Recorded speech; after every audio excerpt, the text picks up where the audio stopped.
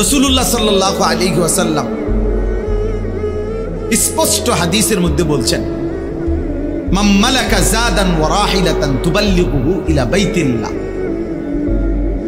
যে ব্যক্তির এই পরিমাণ পাথেয়, আসবাব এবং বাহন সামর্থ্য ছিল যে যার দ্বারা সে আল্লাহর ঘরে হজ করতে পারত। শরীয়ত মোতাবেক একটা নির্দিষ্ট পরিমাণ আছে, আপনার মন মতো সামর্থ্য না, আপনার মন চাইছে হজ, এটা না। শরীয়ত যে পরিমাণ সাব্যস্ত করছে ওই পরিমাণ যখন আপনার হবে, এবার আপনার মন না চাইলেও আপনার উপরে ফরজ, মন না চাইলেও ফরজ। কোনো ব্যক্তি যদি ফজরের ওয়াক্ত হয়, সে ঘুমে থাকে, তারপরেও তো তার উপরে নামাজ ফরজ কিনা? তাইলে আপনার মন চাওয়া নিয়ে কথা না।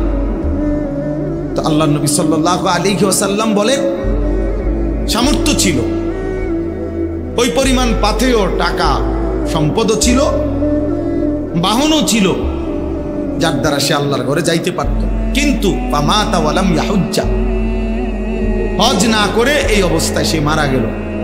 আহা, নবীজি বলেন, ফালা আলাইহি আন ইয়ামুতা ইয়াহুদিয়ান ওয়ালা নাসরানিয়ান, সে কি ইহুদি হয়ে মরল নাকি খ্রিস্টান হয়ে মরল আমার জানা নেই। আমি রাসূলের এই ব্যাপারে কোনো দায়ভার নেই।